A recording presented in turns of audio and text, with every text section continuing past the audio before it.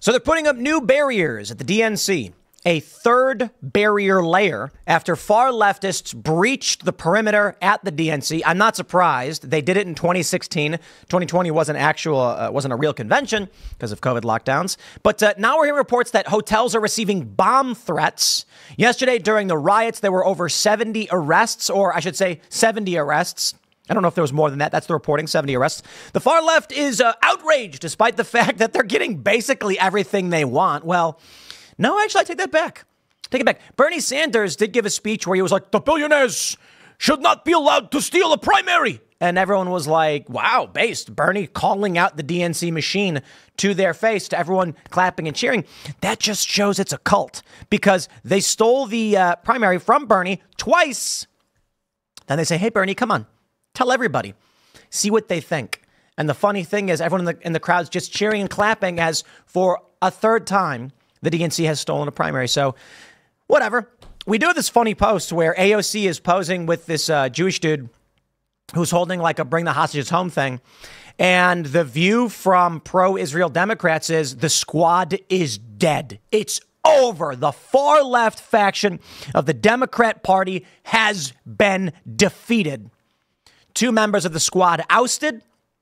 AOC falling in line. That's what they say. They say she's on our side now. Ha! Well, there you go, left populists. Look at your Bernie Sanders and your AOC now. Whatever. It's a cult. Meanwhile, on the right, Donald Trump is still in a great battle with neoconservative forces, many of whom have joined with the Democrats. And it is what it is. But we got some interesting news as well.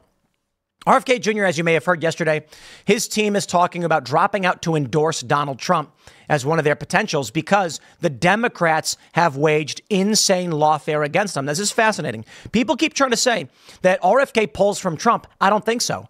They have pointed out, I think it's RFK and Nicole Shanahan. I think Nicole's her name, right? It's the Democrats who are going after them to stop them because everybody knows Trump's not going after RFK. Trump is not worried about losing voters to RFK Jr. He's not. Democrats are. Because of this, RFK Jr. may actually drop out and endorse Trump. Now, a good point was made by one of our Timcast members on the Members Only call-in show a couple nights ago saying, no, RFK should not drop out. He's pulling leftists. There are a lot of left-leaning individuals who don't want to vote for Kamala, but won't vote for Trump, but they will vote for RFK. If RFK drops out, endorses Donald Trump, they're going to vote for Kamala. The Democrats' panic proves RFK pulls more from the left. But you know what? Either way, I think RFK Jr. dropping out and endorsing Donald Trump is still a good thing. But maybe, I just don't know. I can't see a clear path there, so it's hard to say for sure. Then I definitely want to get into Kamala Harris's tax proposal. We've been waiting and begging for campaign policies from Kamala, and the closest we've gotten is her endorsing Joe Biden's tax plan, which would literally destroy the entire economy of the United States, because a lot of these Democrat voters, they don't understand how taxes work. And I'll give you a really good example, which is shocking to many people. $1 million is not a lot of money to a business. That's the reality. People think like, what? If I had $1 million, I'd do this, I'd do that, I'd buy a house, I'd pay off my student loan debt, I'd get a car. Sure, if you had $1 million. But if you're running a business, for example, a local car dealership that I was talking to, they said they generate $1 million per month. Now, you go to the average communist and lefty and say $1 million a month, they must be rich, they should be taxed. And they'll be like, that's $12 million a year. And then you say, and their margins are like 2%.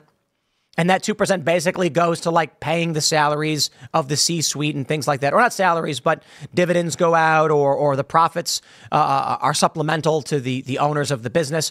And if they even are getting 2%, that $1 million a month is going into all of their costs, vehicles, maintenance, etc. But they don't understand that. So when they hear Trump got $1 million loan, they're like, oh, $1 million to start a business. Wow, that is nothing. I mean, in the 80s, maybe it's the equivalent of 5 million or so. But even then, if you go to a startup, especially a real estate startup, yet 5 million ain't going to cut it. It's not that much. So Donald Trump getting $1 million loan is like a small business loan. And that's the reality. They don't get it. So when Kamala Harris is talking about $100 million high net worth, this could have a serious impact on corporate taxes, on dividend payouts, on shareholders. But we know it's not going to stop there. This is how they open the door. So we'll talk about that. Plus, there's that guy from The Bachelor. I want to talk about this one where he's saying he's trans. Yeah, this guy's now, I think this is one big hoax, but he's really taking it far. So I'm kind of wondering if it's a hoax or not. He wants transgender bachelorette and bachelor contestants. And so we'll talk about those cultural issues. But before we get started, my friends, head over to castbrew.com and pick up some Cast Brew coffee. Appalachian Nights, everybody's favorite. Rise with Roberto Jr., our breakfast one, the light roast, also sells pretty well. And then we have Alex Stein's Primetime Grind, 2 times caffeine, as well as Ian's Graphene Dream, low acidity coffee. When you buy from Cast Brew, you are supporting our cultural endeavors. All of the money that we've generated from Cast Brew has stayed in Cast Brew, and we are using it to grow the business. We want physical locations around the country where people can hang out. We want that physical foothold that we need to build culture. It's a long shot dream, my friends, but I do believe we will pull it off with your support. Then, of course, go to timcast.com, support the show directly, click join us, become a member, but for $10 per month, you are helping to sustain this show and Timcast IRL. Now, for the most part, this show generates off of ad revenue. Full disclosure. So the morning show super chats have been great.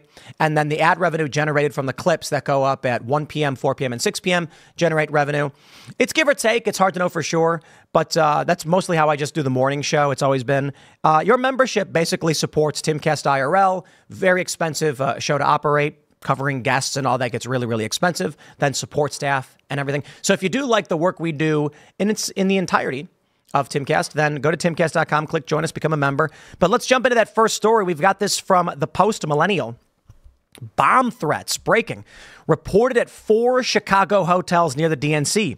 The threat noted that the DNC is taking place this week in the arena and also included anti-Semitic threats. Now, I got a question.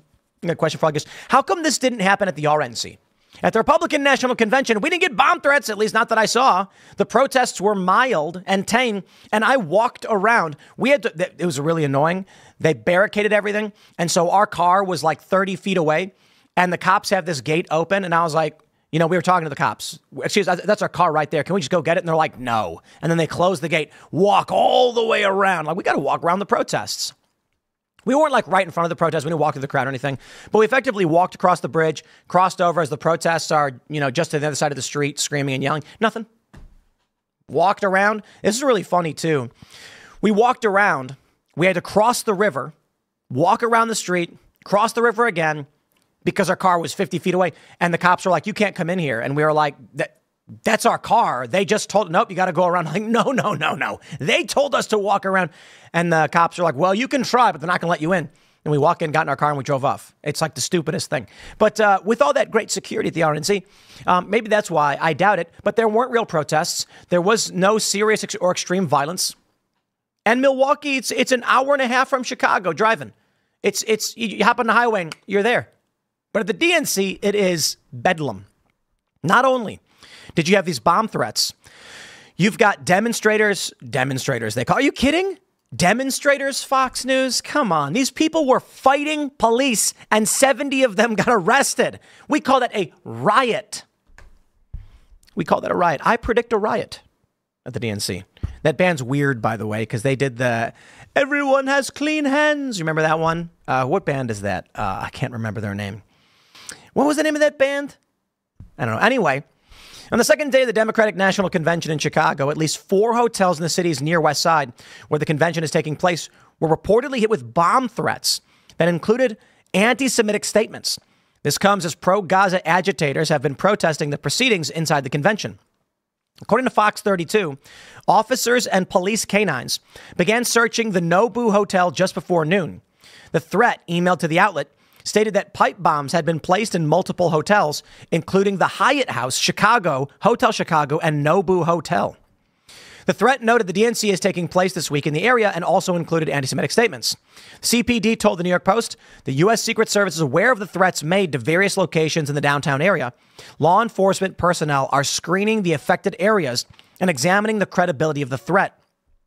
On Monday evening, agitators outside the United Center, where the DNC is taking place, breached security barriers put in place for the event.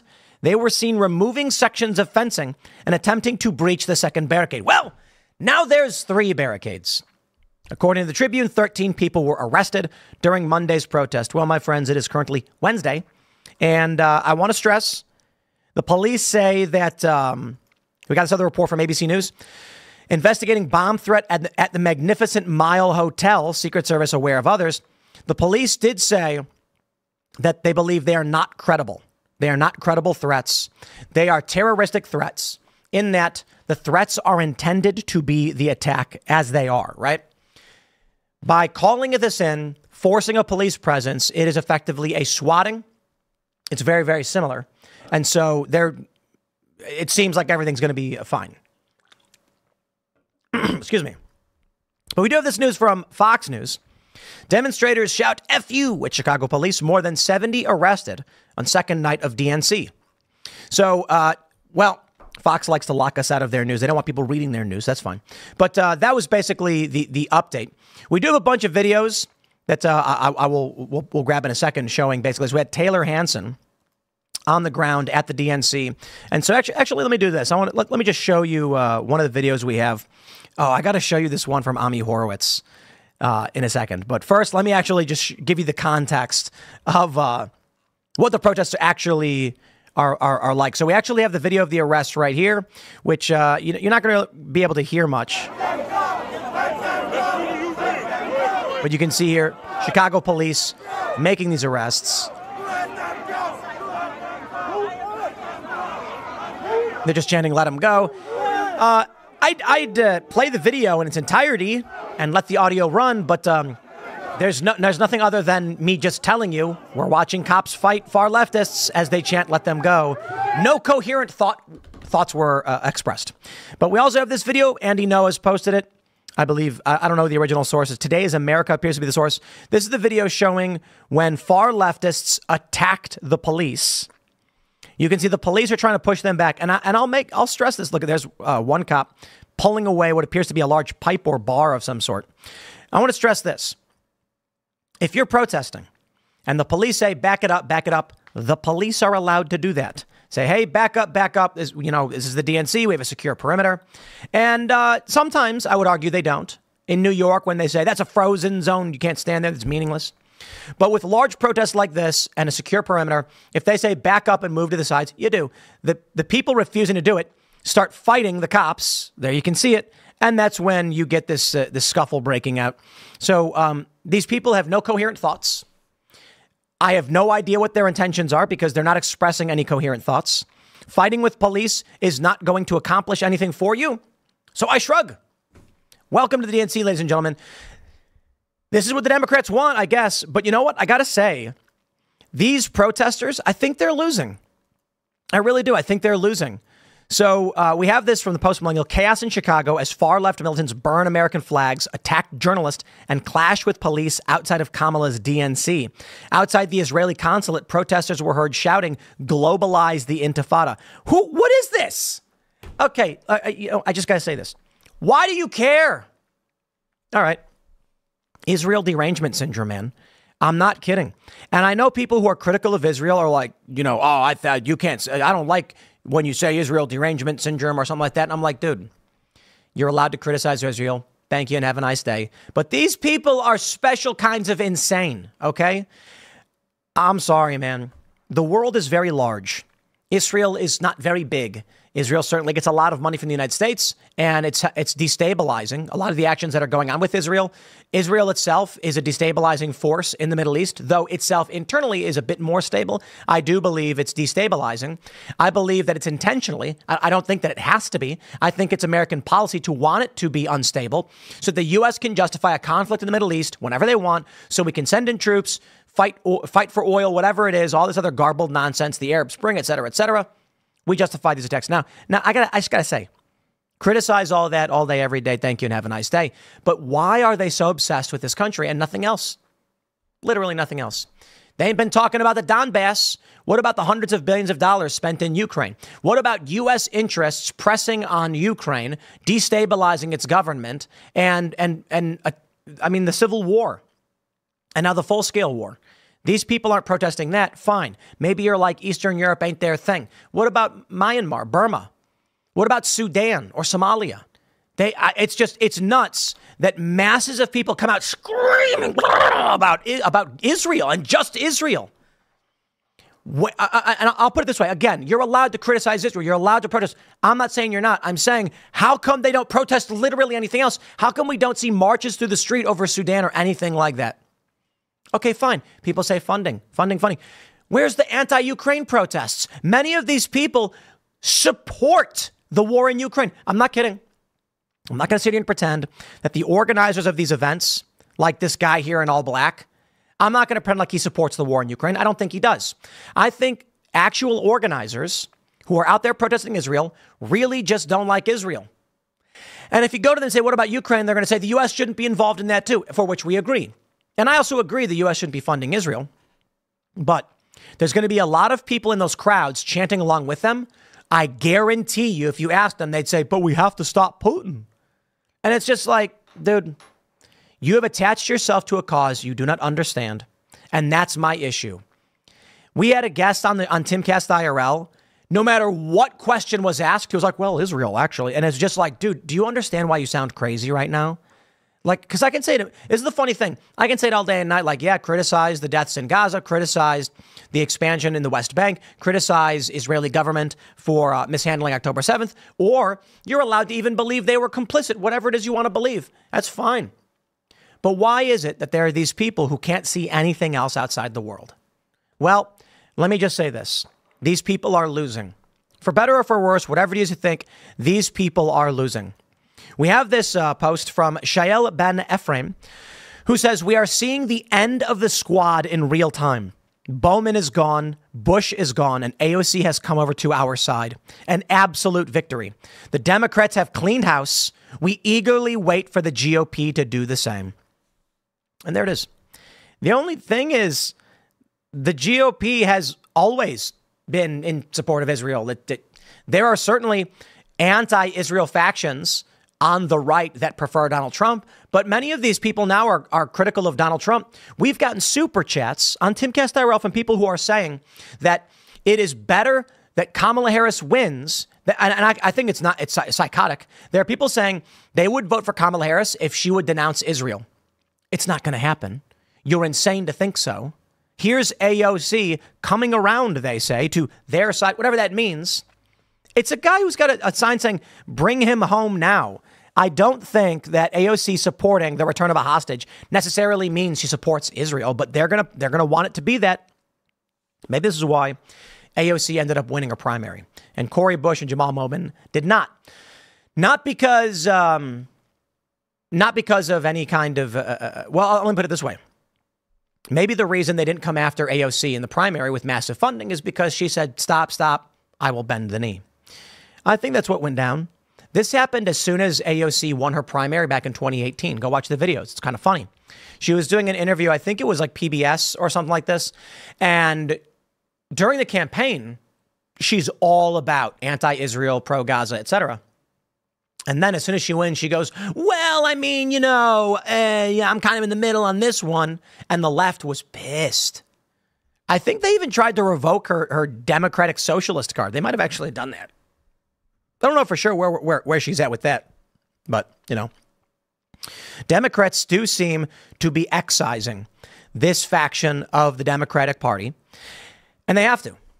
There's a reason why they didn't choose Josh Shapiro, the better candidate for VP, who could help them win purple Pennsylvania. They chose wacky white guilt stolen valor Waltz. And everyone's kind of like, that was a weird choice, but it's because Shapiro's Jewish. Now, a lot of people have said, yeah, but so is Kamala's husband. But Kamala's husband's not in the forefront of the campaign. They're not putting Shapiro on the ticket.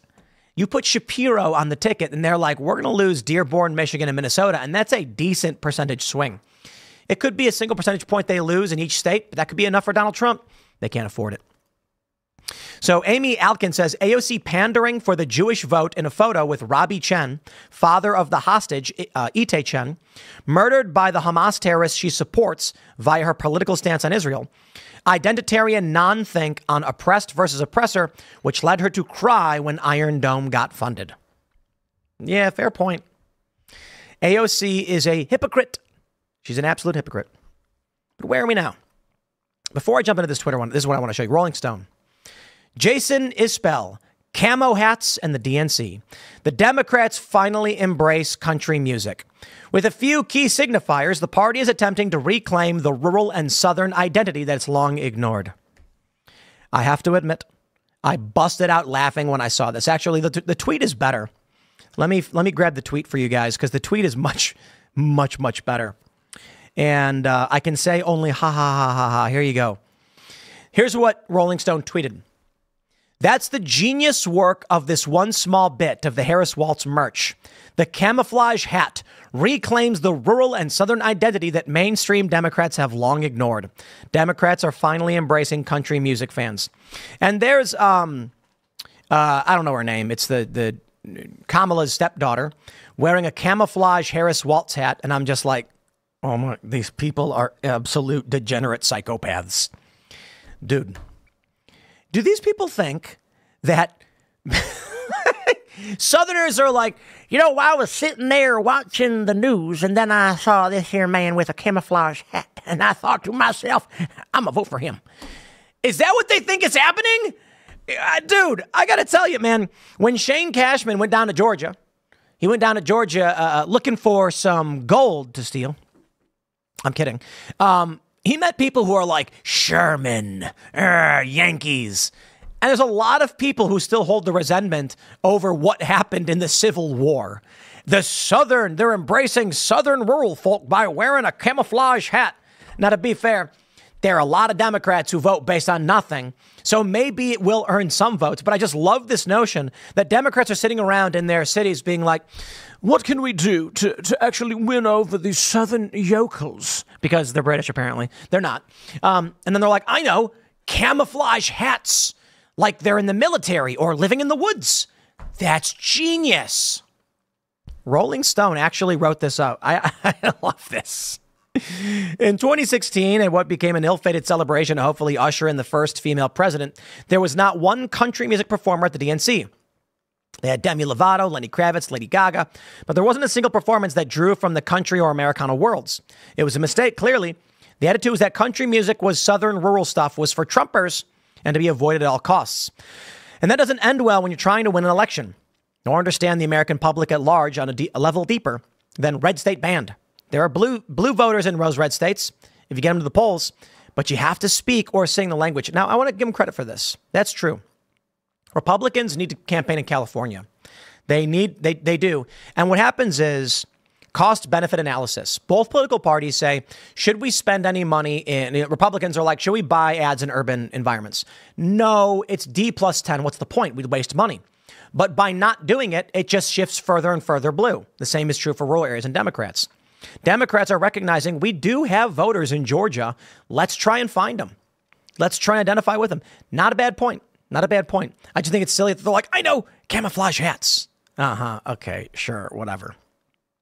But if Republicans don't get on board with actually trying to find voters in new ways, yeah, they're not going to win. Donald Trump is holding rally after rally after rally. Have you seen the videos where it's like, look how many people stood in line to see Donald Trump? Man, I got to tell you, Republicans, what are you? Oh, I'm sitting over here. I'm a post-liberal, disaffected liberal, whatever you want to call it. And I got to tell you, Donald Trump's rallies are for his fans. Okay, you're not winning over new voters at these rallies. And I'll give you one simple reason. Do you think a moderate who is undecided at this point, some 76 days out from the election, is going to stand in line a mile long for 2 hours to see a guy they don't know if they actually like? Maybe some, of course. Nothing's absolute. Yet probably not many. Trump is holding these rallies, and what they effectively do is they bring together Trump's most diehard supporters. And that's good. It's good.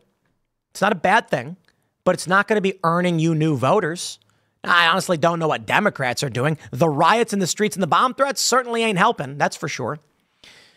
But I think the real opportunity here, of course, is unfortunately something being lost by Trump's diehard defenders, his most ardent supporters. And I've been saying this over and over again.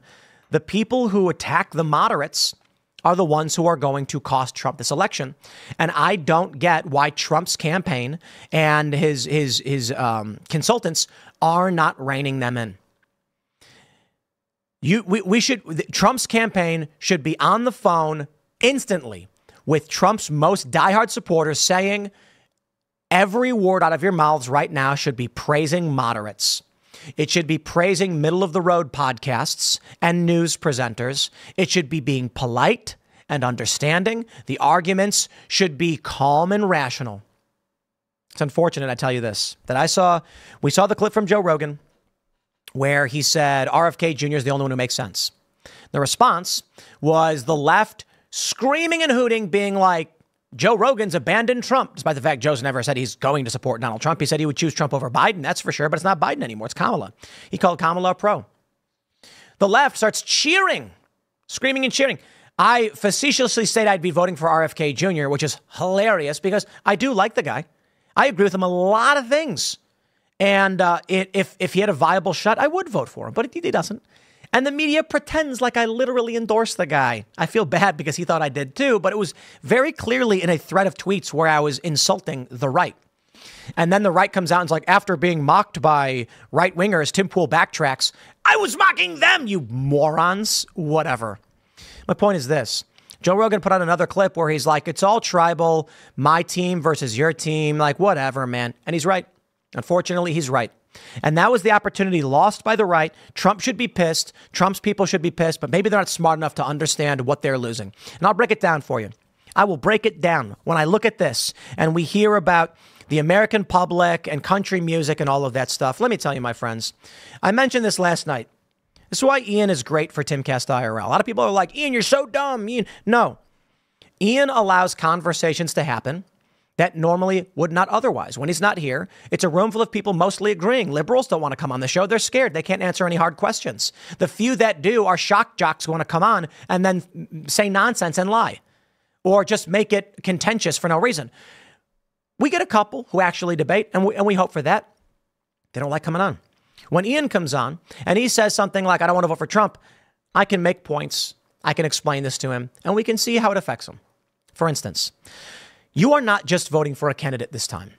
Now, I can tell you, as a middle-of-the-road fence sitter, whatever people want to say, but I'm clearly voting for Donald Trump, supporting the MAGA Republicans. I can tell you that I don't like the Republican Party, never did. I'm always more independent. I'm probably more interested in the Mises Caucus libertarian guys, largely disagreeing, but I respect the freedom and libertarian angle, though I don't completely agree. We do need a kind of post-liberal, more logical party. Perhaps.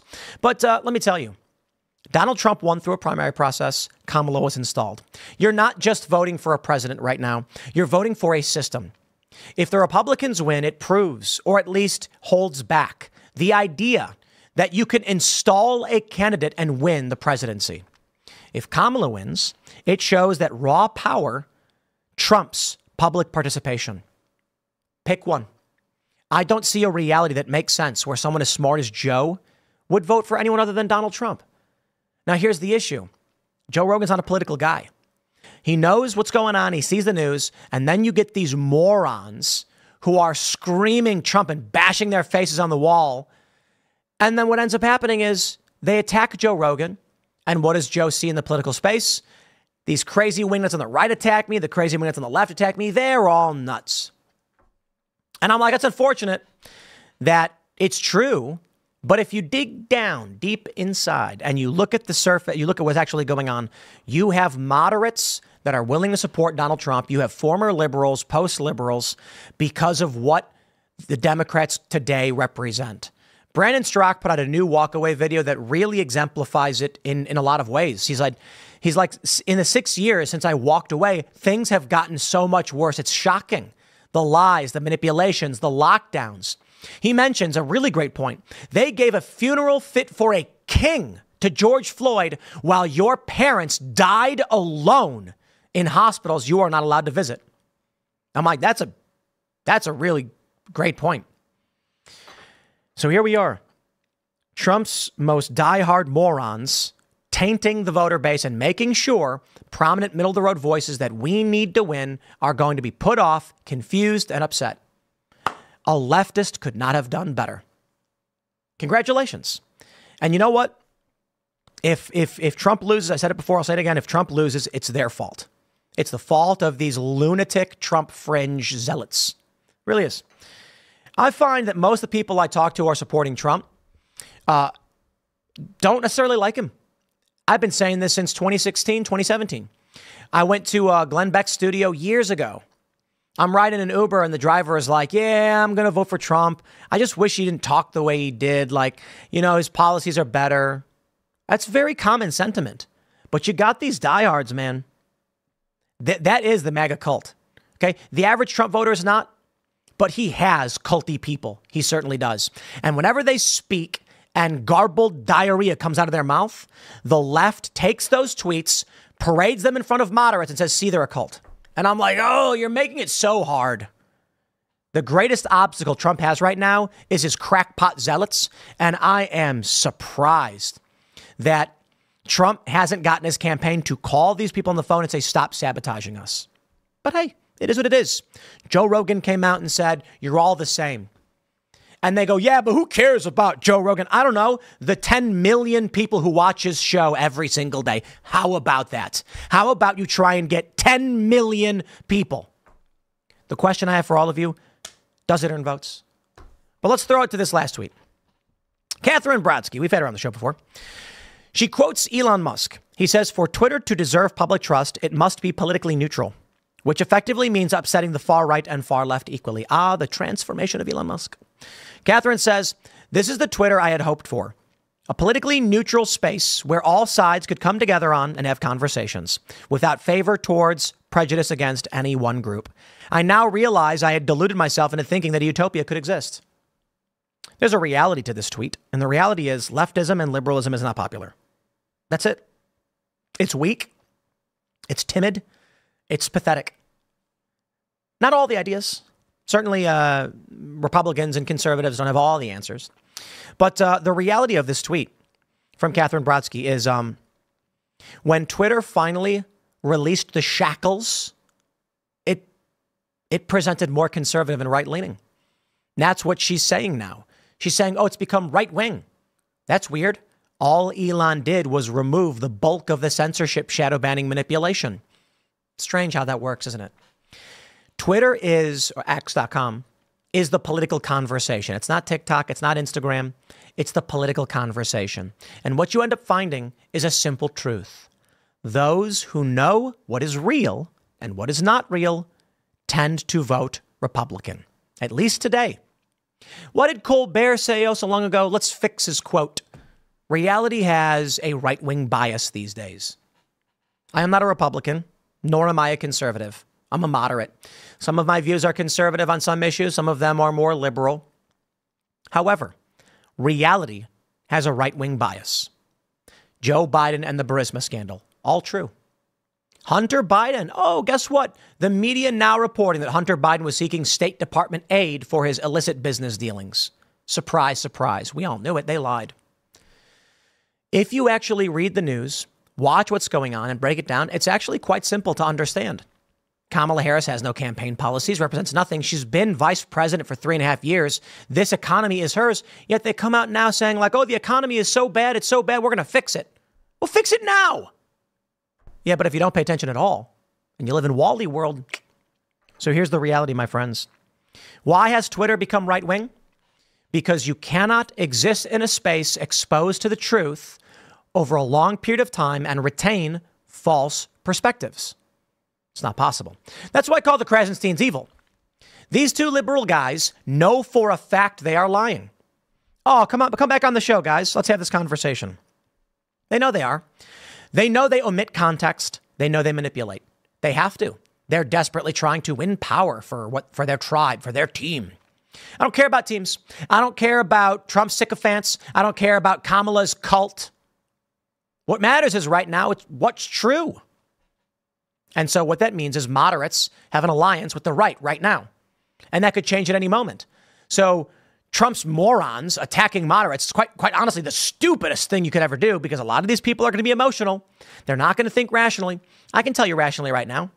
Logically, Trump's got to win. No question. Emotionally, I'd love to see the look on the faces of his most ardent psychopaths if he loses. But I'm not so stupid to cut off my nose to spite my face, okay? Let those lunatics be happy when Trump wins, because Trump winning is better for everybody. I'm not going to say, bring on the recession like Bill Maher. What a lunatic, because that means suffering for everybody. But the Democrats have done that, and we warned it was going to happen. So now you get to reap what you've sown. Sad reality. Twitter has become right-wing because right is more likely to be correct. That's just it. You go on X, you have a conversation, and someone's going to show you sources. And you're going to go, huh, there you go. If you watch MSNBC, you just believe whatever they say, or CNN, you're going to be filtered through their lens of garbage. But if you go on X, you can't stop it. You make a post saying Donald Trump said very fine people, and instantly you've got the full clip right below your post saying, no, he didn't. You can't ignore those things. And if you do, we know you're lying. So Twitter inherently becomes right-wing when there's no censorship. Because the left inherently is censorious. The only way to protect their false ideology and steal power. We're going to jump to your super chats before we go to the next segment. RFK Jr. considering endorsing Donald Trump and where we currently are politically with Trump, the DNC, and Kamala Harris. So smash that like button, subscribe to this channel, share the show right now if you really do like it. Of course, the show is available on iTunes and Spotify. So you can check us out. If you ever miss an episode, you can go onto the podcast platforms. And word of mouth is really what makes shows grow. So if you really like a show and you tell other people about it, then they take off. Granted, there's algorithms at play and stuff like that, but, it is what it is. Become a member at Timcast.com. Follow me on X. Let's grab your super chats now. Get in your questions and super chat away. Danker Supreme says first. Then he says second. Then he says and third. Congratulations, sir. You could have done one $6 super chat and said first, second, and third, but nope, this one actually gets it. Voice of the People says at the beginning of the year, there was a House committee hearing asking where the 89,000 missing immigrant kids are. Now, ICE is saying they lost almost 300,000 kids. Epstein ring is back. I wonder what they're doing with those kids. Because I don't think they're all going to brothels or anything like this. But honestly, no idea. Nintendo Freak says, I wanted to comment on your point about Trump not using a teleprompter in yesterday's morning show. He did that in 2016, but moderates disliked it, finding it unpresidential. It depends on the event, I say. I think it depends on the event. Today, no yerba. Today, spindrift. There you go. Dager Supreme says, now that the spur-of-the-moment joke is out of the want, what is this? And I remember what I wanted to ask. Okay. I personally am an American imperialist, just not deep state brand, peace through strength, not this House of Cards stuff. It should be our economy we are throwing around, not bombs. We should be saying, do you have a son? We shouldn't be saying, do you have a son to lose? But how long can you go on without food, water, and electricity? Good point. Good point. All right. Wisco Welder says, do you think the Democratic campaign is communist? Is communist light so that if Trump wins and the economy crashes like they predict, they can run a communist campaign in 2028 to fix the economy? I don't know. I don't think that really matters. I think they'll just brute force and attack and take what they want. Poogly says, hey, Tim, love your work. Do you see any path forward that closes the culture gap and brings lefties back into the fold? Yes. And the left is doing it. They're aborting and sterilizing their kids. Over a long enough period of time, they will cease to exist. The other issue is Public Square's tremendous growth. They released their earnings. It's massive. Then you've got our cultural endeavors have been growing, and we've been reinvesting thanks to your support as members at Timcast.com. We've got Boonies HQ is generating massive support. I got to tell you, this has been so much fun. The haters who have been attacking Boonies have been actually getting us some big names. So there are some celebrities who are saying, I want to be involved. People don't like the haters. Let's put it that way. They don't like it. So we've got some big names coming through. That's people, titans of industry in skateboarding and in this culture. So I think we're on a good track culturally. I really do. Let's go.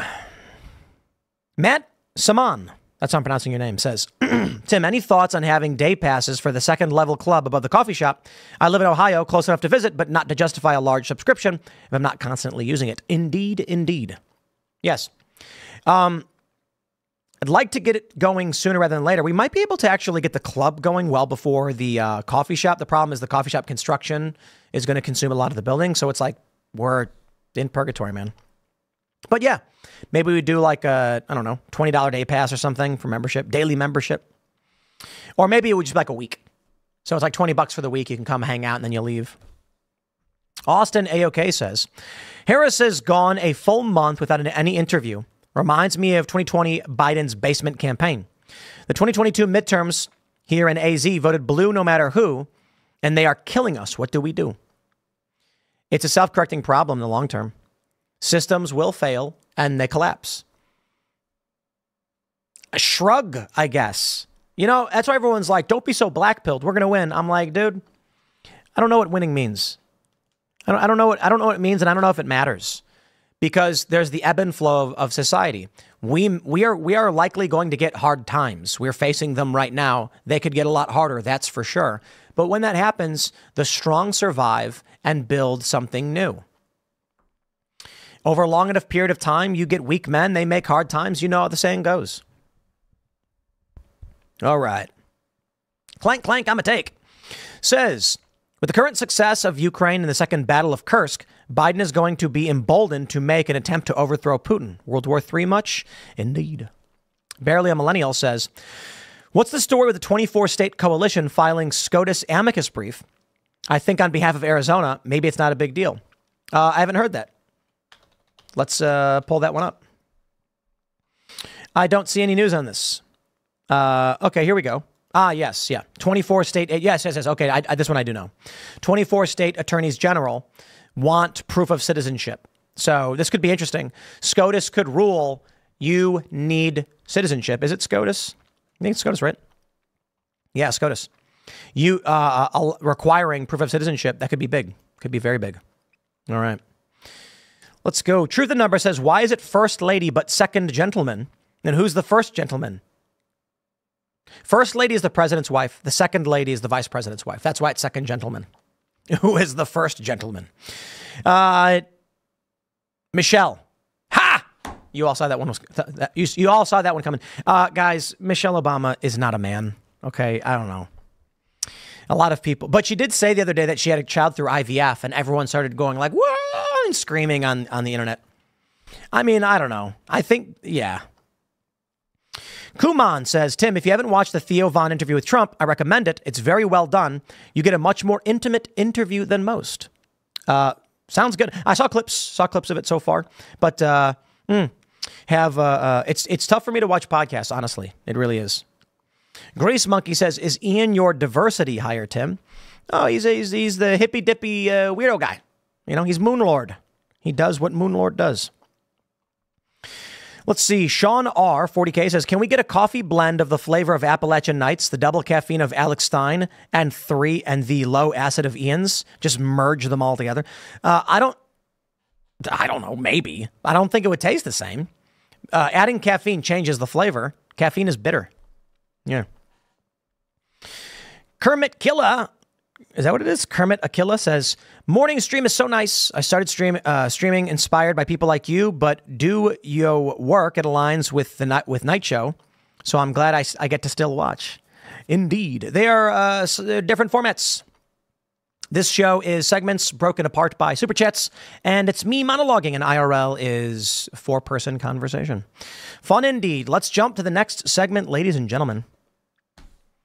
From the Post-Millennial, Trump says he'd probably consider RFK Jr. for a spot in his administration if he quits the race and endorses him. This is big because you saw the news yesterday, but RFK Jr.'s running mate says Democrats sabotaged their campaign from inside and out and might quit the race to endorse Trump.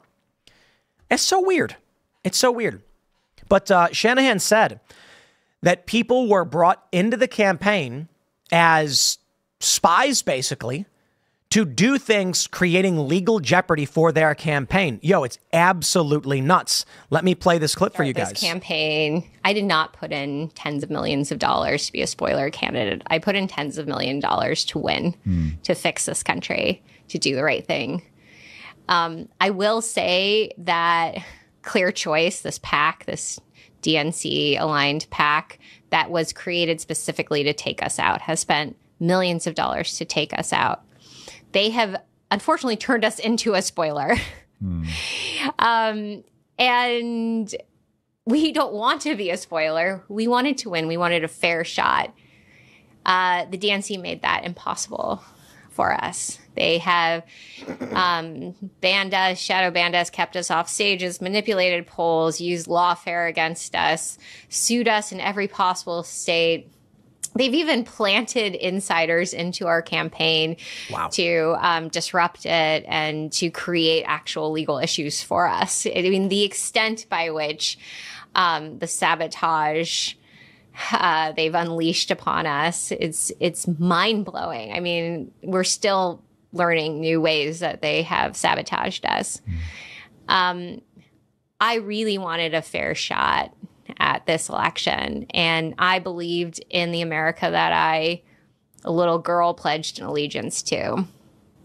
And that is not where we are today. And it's not because of the Republican Party taking us out. It is exclusively because of the Democratic Party taking us out. And I am so disappointed I ever helped them. I am so disappointed that I helped Chuck Schumer in that Georgia runoff secure a majority. It's probably one of the biggest mistakes of my life. Wow. Man, bold statements. She goes on to say that their plan is then just try and run in the face of this, or ultimately drop out and endorse Donald Trump. So I will get RFK Jr.'s got a statement on the lawfare from Democrats, but we do have this from Donald Trump. Can I ask you about RFK? Because just moments ago, his running mate said that they were considering endorsing you. Have you considered him for a role in the administration, and what role would that be? Well, we haven't, but I would love that endorsement because I've always liked him. Would you also consider putting him in the administration? You're asking me a very unusual question. I haven't been asked that question yet. I like him a lot. I respect him a lot. I probably would if something like that would happen. I got a simple one for you. You see, if it were me running, and I'm not, if someone asked me about RFK Jr. and said this question, have you considered RFK Jr. for a role in your administration? Honestly, no. If he were to drop out and endorse my campaign, 100% this man is in. Tremendous respect. I admire the fight that he put up. He's got policies we agree with. He's got policies we don't agree with. But that means we find the right position in the administration for where his strengths are. And I know that the people who support him will find we are going to get the job done that they want to get done. Now, I think Donald Trump, I wish he was more well-versed in all of this stuff, but it is what it is. And the big challenge, I suppose, is that Trump knows what he knows. Trump is willing to run, and that's the most important thing. The sacrifices made, the threats he faces, the attempt on his life. Very few people are willing to make that. I'm not. Tucker Carlson's not. I think Tucker said something like he was asked, and he said if, the Lord knocked on his door or told him to run, he'd consider something like that, but he's not going to. But I do wish Donald Trump understood RFK Jr. a bit more. And I wish Trump had better control over his Truth Social account. Because I'll say it again. He posted a thing saying Joe Rogan's going to get booed over saying the thing about RFK. Come on. I'm going to say that. I'm going to shout out Alex Brusewitz. He's a good dude, smart dude, one of the best at his job. But RFK Jr. made a post about when he had the brain worms. And RFK Jr. said, I'll eat 5 more brain worms and still win the debate. Or it's if they agree to debate me, I'll eat 5 more brain worms and still win, or something like that. It's a funny joke. The only real way that he could have actually gone after that story about him having a brain worm that died in his head. And Bruce Witz's response was, you're a nut job or something like this. And I'm like, that's not how you do it. That's not how you do it. That's just me. Don't take my advice, fine, whatever. But based on what we're seeing now, my response was, when you get someone making a joke, your response should be to belittle, negative hit, diminish. You don't just insult them, because now it seems like you're not getting the joke and you actually feel threatened by it. My response to RFK Jr. saying he'd eat more brainworms is I'd laugh and then be like, that was a good one, man, but kind of scary that he had brainworms. Like, I don't know, it's a funny joke, but dude literally had brainworms. Just don't let him kill the story, reignite it. That being said, if Trump was more well-versed on who RFK Jr. was, with a question like this, he could say the answer that needs to be said. RFK Jr. must be involved in the Trump administration, focusing on chronic illnesses and environmental toxins. The man knows exactly what he's talking about. And if Trump was aware of how many conservatives were screaming seed oils and banging their faces on the table over hydrogenation and other environmental toxins, he would know that is what makes RFK Jr. viable. If I were Donald Trump, or if I were running, I would say RFK Jr.'s got some bad ideas, but he's very smart about environmental toxins, chronic illness.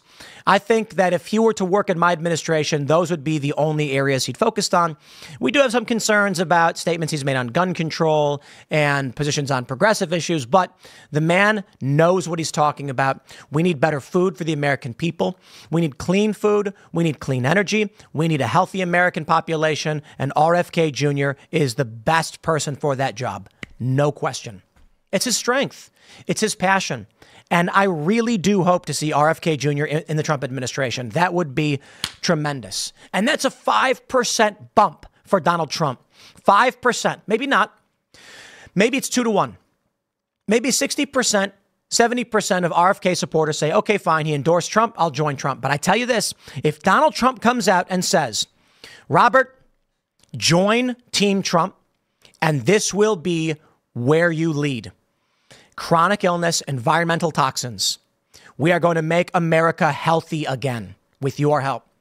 RFK Jr. drops out, endorses Donald Trump, and says that he's proud to join the Trump administration focusing on these issues.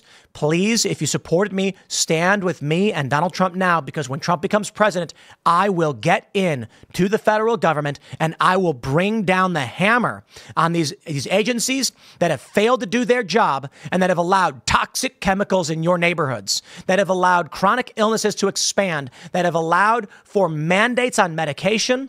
This is the guy for the job. And it's a big boost for Trump. I hope, I got my fingers crossed. I really hope to see it. But regardless of any of that, you take a look at Polymarket and the betting odds. I just got to say, the more Democrats talk, the more Harris goes down. And it's funny because they're saying like the honeymoon is over.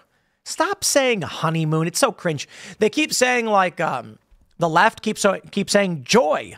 The joy and hope of Kamala. And then people on the right are like, look, they keep saying joy. But then on the right, they keep going honeymoon. Honeymoon. I'm like, dude, her polls are going down not because the honeymoon's over. It's because they finally had to entertain what they're about. And people went, oh, that's not so great. So the longer the DNC goes on, you'd think that would be good for any kind of honeymoon, they'd call it. Democrats are rallying. They're cheering. Talking about why Trump is bad, but for some reason, the more they talk, the more she goes down. It's because people were like, oh, those are bad ideas. They're actually representing nothing. And that's it. It's not just Polymarket. In the betting odds, take a look at this. Harris has begun her decline in the betting odds, and now it's neck and neck. Harris is up by 1 point on Trump. Look at this. She enjoyed such a boost. There was a period here where Donald Trump was the huge favorite. Harris took over, and her poll started skyrocketing. She overtook Donald Trump, and it was a near 10-point advantage in the betting markets. And now it's basically even margin of error, 1 point. And it will flip. It likely will flip back to Trump. And it's not about any honeymoon. It's about Kamala has to talk, not just her, but her surrogates do. And when she does, people listen. And when they do, they go, yikes, it's not so good. I got to tell you, the whole strategy of being like, we're going to fix the economy. It's like, you're the vice president right now. I do have this tweet from RFK. He says, my father and my uncle were members of the Democratic Party that was at the forefront of making sure that every American could vote for the candidate they wanted. Today's Democratic Party is doing the opposite. In this video, it's 8 minutes long. I'm not going to play it. RFK Jr. is talking about how he's in Pennsylvania court because Democrats are suing him. It's insane. They're trying to take his name off all these ballots. You know why? Because they know he polls from the left. It's simple. If he polls from the left, an endorsement for Donald Trump is a big boost for Donald Trump. Right now, his aggregate polling, I think, is around 5%. Imagine if all 5% RFK voters voted for Donald Trump. Not for Donald Trump, but for RFK, but in the Trump administration.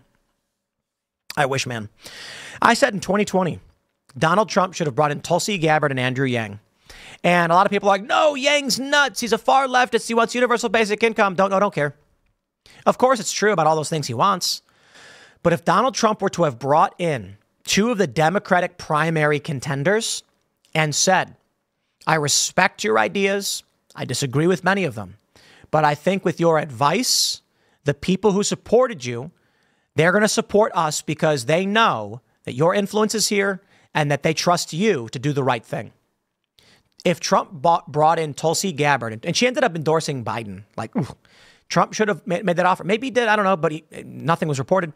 He should have went to her and said, National Security Advisor Tulsi Gabbard in the Trump administration second term. What do you say? That would have been massive. I don't see how Trump could have lost if he brought in Andrew Yang and Tulsi Gabbard because they were so popular with this interesting independent sect. Tulsi Gabbard represented disaffected liberals who wanted the Democratic Party to stop being nuts. Trump could have taken that energy. The opportunity still exists. Trump's reportedly met with Tulsi Gabbard to go over debate prep for the debate with Kamala Harris.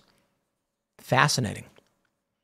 So now, 4 years later, perhaps he's learned a little bit. Learn more. RFK Jr. is the guy. Bring this guy into your administration. RFK, you got to drop out. You got to endorse Donald Trump. And Trump, you've got to offer him that position in the administration. This guy is the seed oils man, okay? You get all these libertarians and hippy-dippy right-wing anarchist types screaming about seed oils, and they're going to vote for an RFK. Ian Crossland will not commit to voting for Donald Trump, despite everything we say. It's like, I don't know, man. I don't want to alienate. I don't know. I can't do it. I'll vote for RFK Jr., I guess. It's probably why Joe Rogan's saying the same thing. And then when Ian heard that RFK Jr. may drop out and endorse Donald Trump, Ian says, that's the only way I'd probably vote for Trump. That's the path forward, guys. That is a tremendous move. I think we should see it. So right now, in the poly market betting odds, Donald Trump is winning. In predicted, Donald Trump is not winning, which is interesting. You take a look at this, the betting odds over at RCP, this is the average. We can see poly market has Trump currently, the last time they checked, he was up 5 points. It's actually, so yes, it's still, it's a different, before it was 50 to 45, but now it's 52 to 47. We can see predicted has Kamala up. BWin has Kamala up. Bovada has a tie. Betfair has Trump winning. And Bet Online has Kamala Harris winning. I'd like to point out one thing, and it is called betting arbitrage. I don't exactly know proper technique, but I was watching this video where a guy said, you can bet on sports and always win. And I recommend you look into it. I'm not recommending you bet. I'm not giving any financial advice or gambling or anything like that. I'm just saying, if you've got one outlet saying a bet on Kamala Harris is 54 cents on the dollar, and then another says a bet on Donald Trump is 48 cents, the general idea is you can bet on both people to win because both have positive payouts. So the way arbitrage betting works is you look for, because every website has different odds. They go to one website and it says, I think the example the guy uses is like rock, paper, or heads versus tails. If you go to one website and it says a bet on heads will win you, $1.50 for every dollar, and a bet on tails would win you, 75 cents or whatever. But then there's another website where it says a bet on tails wins you $1.50. You can make, I forgot exactly. I'm not a math expert on this, but basically you bet on both, and then you end up winning a net positive regardless. So you put in $2, into each bet.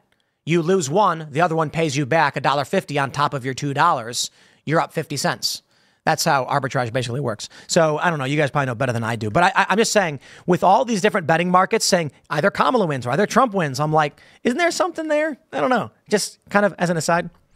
Well, let's get back to politics. Daily Mail says every time Kamala Harris opens her mouth, she sounds like an idiot, spewing meaningless word salads dressed with shameless hypocrisy. No wonder all her good ideas are stolen from Trump. Okay, a little strong. What I wanted to add to this is every time she opens her mouth, she loses. Her polling is dropping. Her betting odds are dropping. And it's not even her talking. Well, actually, she's given some statements and people are like, whoa, this lady's dumb. That's why she's got to run a basement campaign. That's the fascinating thing about this. Joe Biden had to run a basement campaign because he's an old man who's feeble and incompetent. Kamala Harris has to run a basement campaign because she's just dumb. I love it when Trump called her stupid. They were like, that's racist. Shut up. There are smart people and stupid people of all different backgrounds, and Kamala Harris just happens to be one of the dumb ones. Racism. Next thing they're call it sexism or whatever. Here we are. Let's talk a little bit about the DNC. We'll wrap up the segment talking about the DNC and the absurdity and the insanity, and I'll tell you why their polls are dropping. Benny Johnson has the tweet. Here you go, ladies and gentlemen. Bernie Sanders for your viewing pleasure. Because too many of our fellow Americans are struggling every day to just get by, to put food on the table, to pay the rent, and to get the health care they need. Benny says brutal for Biden and Kamala. Yeah. Bernie Sanders is roasting the current administration. Yes, that's right. I'm not going to blame Donald Trump or Joe Biden for COVID. You can if you'd like. My point is moot. The end of Trump's term, COVID was bad. The economy was bad. The beginning of Biden's term, COVID was bad. The economy was bad. Let's just say moot point. Then we'll look at the first 3 years of Trump and the last 3 years of Joe Biden. In the first 3 years of Trump, we had excellent economic conditions. Interest rates were low. Inflation was low. Wages were up. Jobs were bountiful. And people were making more money than they ever made before. Then COVID hit. It got bad. Joe Biden kicks things off with his first term. It was pretty bad. And they go, look what we inherited with COVID. But then COVID ends. 2 years really after the end of the COVID lockdowns. Where are we? Where are the improvements? Trump was able to pull off improvements. In fact, Joe Biden inherited a COVID economy. That means he got a free bump. Look at the 5 million jobs I created. Well, actually, that's a return to the market when COVID lockdowns ended. You got a boost to your numbers and the economy is still trashed. You have years to fix this and you did not. And you didn't do it. So Bernie's right. It's brutal. Here we go. I love this one. This is a clip of Michelle Obama.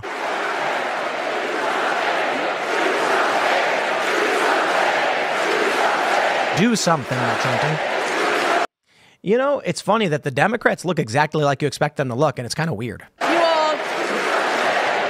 Like, honestly, it's kind of weird. Isn't it weird? I don't know, man. We got to be living in a simulation. I mean, that's the only way to explain it.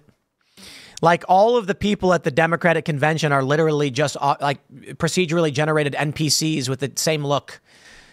The glasses, the effeminate men, whatever. But anyway, they're chanting do something to as they nominate a candidate who's been in power for 4 years, says Benny Johnson. Indeed. Do something. Do something. Well, I got good news for you. You vote for her again, she'll likely still not do anything, except maybe more war. But I love this. The current state of American politics is as such. The Democratic National Convention screams and cheers and chants do something, as if Kamala's not the vice president. The remarkable thing about this gaslight campaign they're doing is trying to pretend like they're not the incumbents. It's just absolutely fascinating. And people eat it up. What a world, man. I don't even know. It's the most disheartening thing is that you quite literally have this massive arena of people who are as dumb as a box of rocks. And that's unfair to rocks, I might add.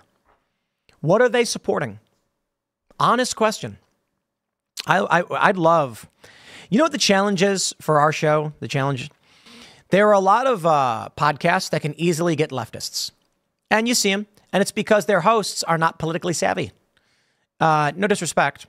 But they'll easily get a leftist because the leftists are not threatened to come on because these people don't really know all that much, right? I'm not talking about pundits or people that I would insult. I'm saying the regular people who do podcasts routinely get liberals who will come on those shows because they know they're not going to get challenged by anyone who knows the answers. So I'd love to get Pete Buttigieg on Timcast IRL or the Culture War podcast, but that's never going to happen. No way that guy comes in here. He will be obliterated because I am not an ardent Trump supporter and a diehard Republican. I don't like the Republican Party. Matt Gaetz shattered the IOU system of the speakership when he targeted when he targeted Kevin McCarthy, when Matt Gaetz targeted McCarthy. And Donald Trump just happens to be the better choice right now. The Democratic Party is insane. I'll give you an example. Pete Buttigieg said over and over again on Fox News, crime went up under Trump, and Fox didn't have a rebuttal. They were like, people are saying it's still bad today, blah, blah. My answer is simple. Don't take offense. This is the problem with tribalism. Someone says, Pete Buttigieg says, he says, your viewers aren't aware that crime actually went up under Donald Trump. And Fox just deflects and you know what? Pete Buttigieg is correct. Thank you, Pete Buttigieg, for saying that. Because a bunch of liberals were saying that crime didn't go up. And they're saying, no, crime's not been skyrocketing. Crime's getting better. But Pete Buttigieg had the balls to come out and say, no, under Donald Trump's presidency, crime went up. And for that, I say, thank you, Pete. Because we talked about it endlessly during the Trump administration. That's right. In New York City, in Los Angeles, and San Francisco, places that were run by Democrats, in Portland and Seattle, in Atlanta, places that were run by Democrats. Crime went up. And Trump was the president. That's true. And so it's about time a Democrat finally acknowledged the things we've been talking about for so long.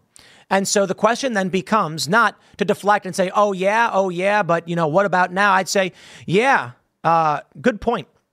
What should Donald Trump do at the federal level to deal with local crime issues? Honest question. Similar question for Joe Biden, but, to Pete Buttigieg's point, he says crime went up under Trump. What should Trump have done? Because I'll tell you what I was saying with the Summer of Love riots, Insurrection Act. When law enforcement will not stop crime, the president has the power to call upon the National Guard to enforce the laws. The local jurisdictions will not. Agreed. Democrat-controlled areas let far-left lunatics ransack cities across this country, and Donald Trump stood by. I mean, so did the Democrat mayors and governors. But Donald Trump should have intervened. You're right, Pete Buttigieg. Trump should have invoked the Insurrection Act and crushed the far-left riots. Say it. Instead, Pete Buttigieg would never want to come on a show like this. Because I got to tell you this, if I was at the DNC, if I'm sitting down with someone and they say, under Donald Trump, did you know that the cost of this thing went up and that thing went up? And I'd be like, oh, didn't know that. Your arguments are meaningless to me, okay? I don't care if Trump did one bad thing or one good thing or whatever. You've got the current debate, and this is what the political structure is built around. Liberals will go on shows with conservatives who will pull a Hannity style, no matter what Trump did, he's right. And, don't give me that. Yeah, well, what about this? And what about that? Yeah, I won't do that. You come to me and say, under Donald Trump, the cost of, insert medication went up. I'd be like, wow, that's terrible. Yeah, what did Trump do? Like, why did that happen under Trump? Tell me why.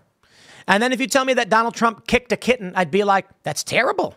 I don't know if I believe that. Do you have any evidence that Trump kicked a kitten? And if they showed me a video of the man kicking a kitten, punting him right off a bridge, I'd be like, damn, that's brutal.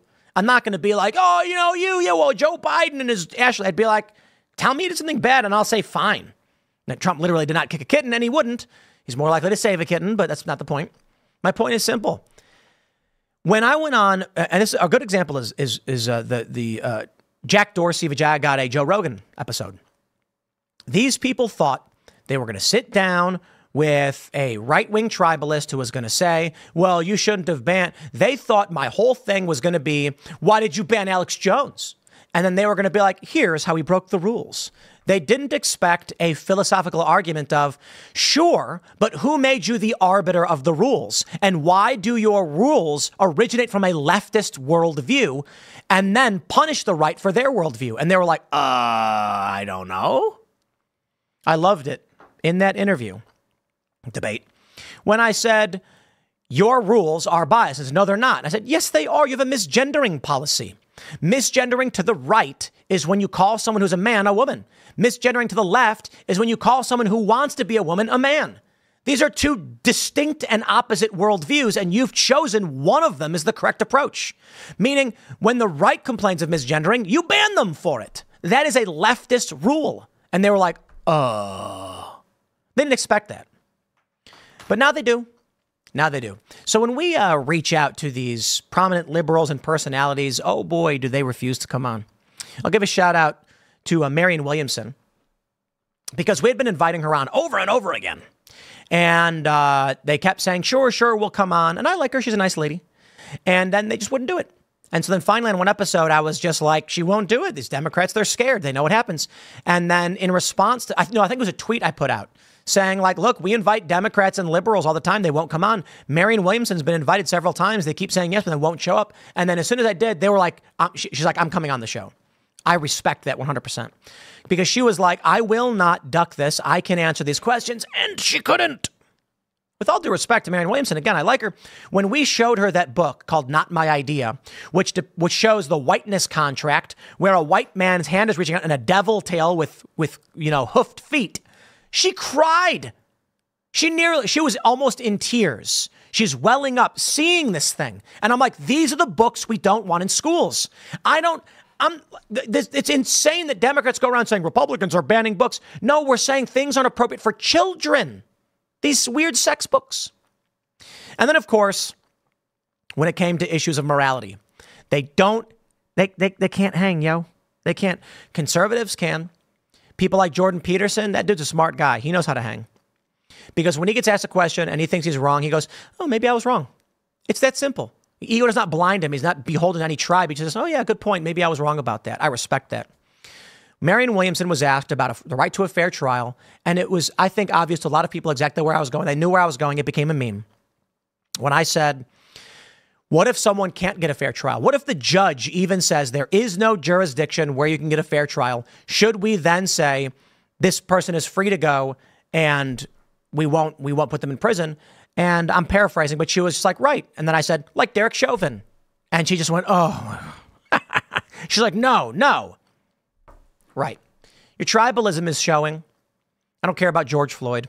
I don't care about Derek Chauvin. I don't care about the Covington kids. I don't care about Nathan Phillips. What is true and what is justice?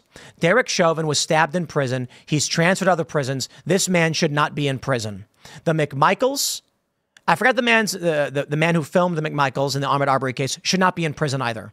I don't care what the emotional response is. I don't care how many people show up with pitchforks, torches, and bricks. I will not condemn a man to death because whack job lunatics are throwing bricks at me. It'll never happen.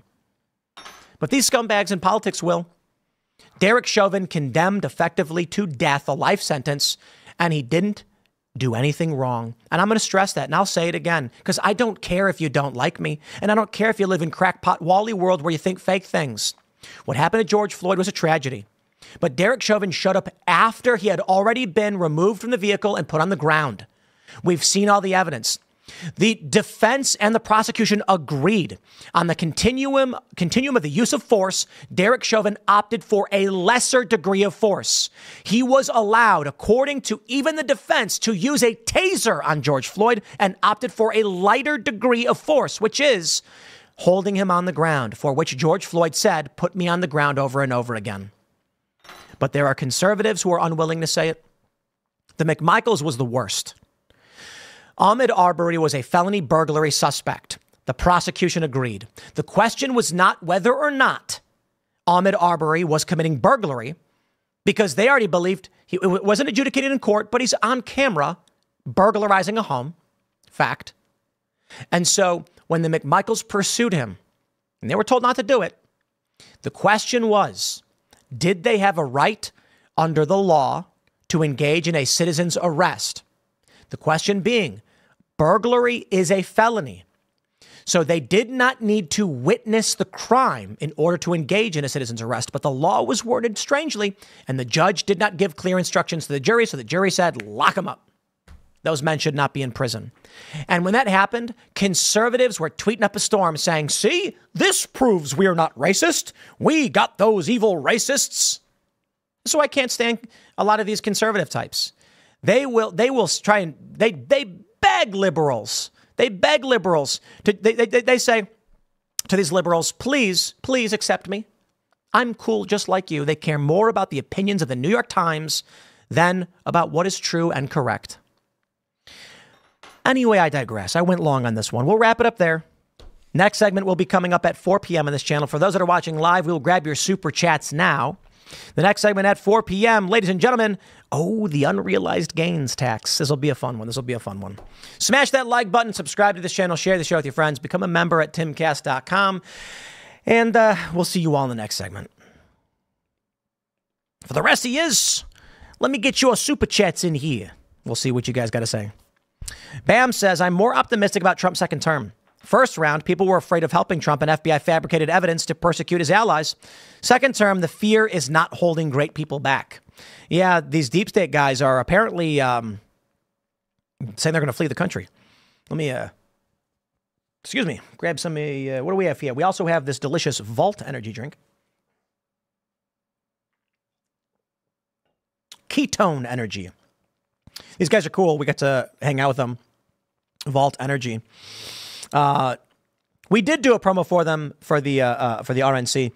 It's just there's no sugar, there's no caffeine, but it's got Go BHB ketones in it. And dude, let me just tell you this again. Not sponsored for doing this, but this stuff's crazy. I was skating the other day, and I was feeling a little sluggish. I'm trying to warm up. I slam half the can. And then instantly I felt like I like 10 out of 10.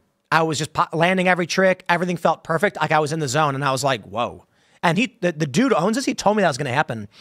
And then after like 40 minutes, I started getting tired again. And I'm like, I don't know, slam the other half of the can right back up to 10. No joke. Not even kidding. No caffeine, no sugar. They did not sponsor this. I'm literally just drinking it. Anyway. All right. Brandon Hollingsworth says, hey, Tim, love the new morning format. Since Theo Von was able to get Trump interview, when can we expect an interview with Trump from you?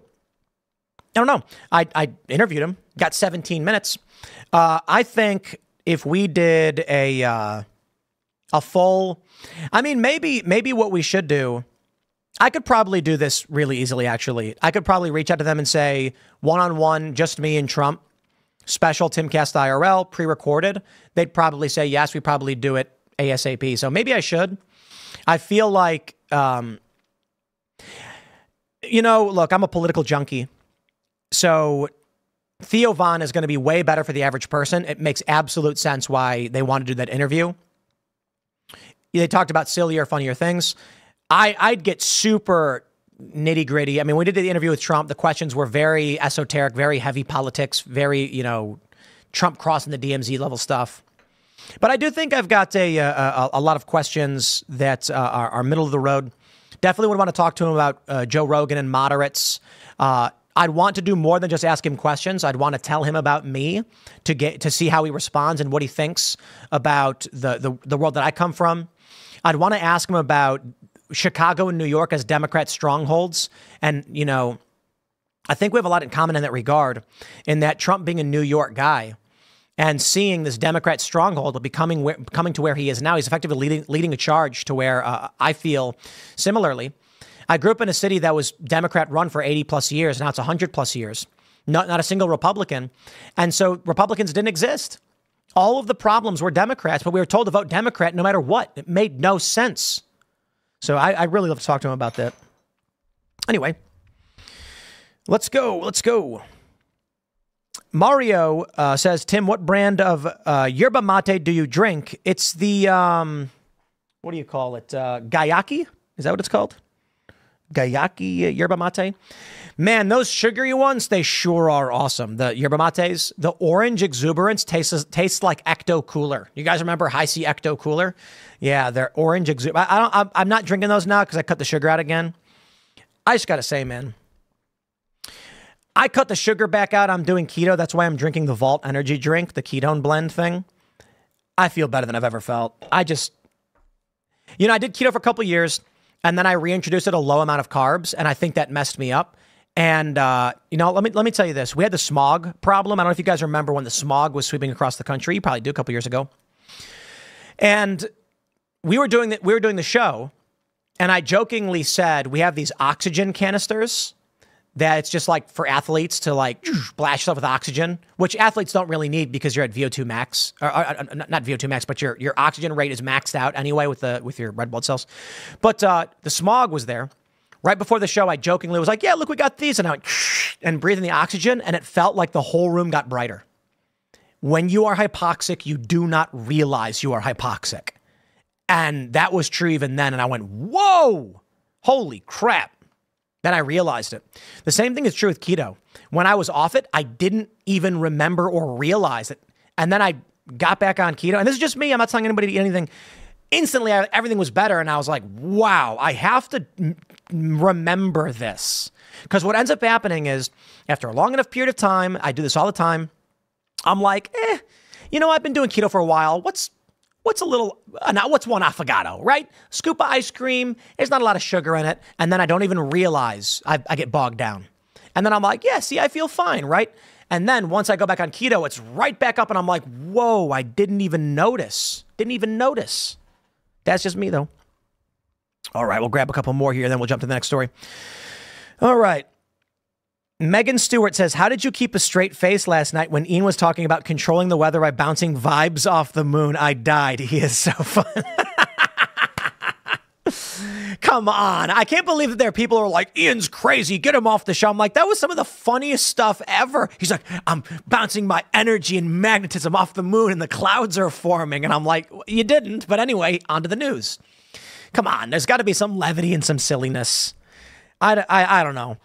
Maybe people don't like that stuff. I do. I think Ian's funny.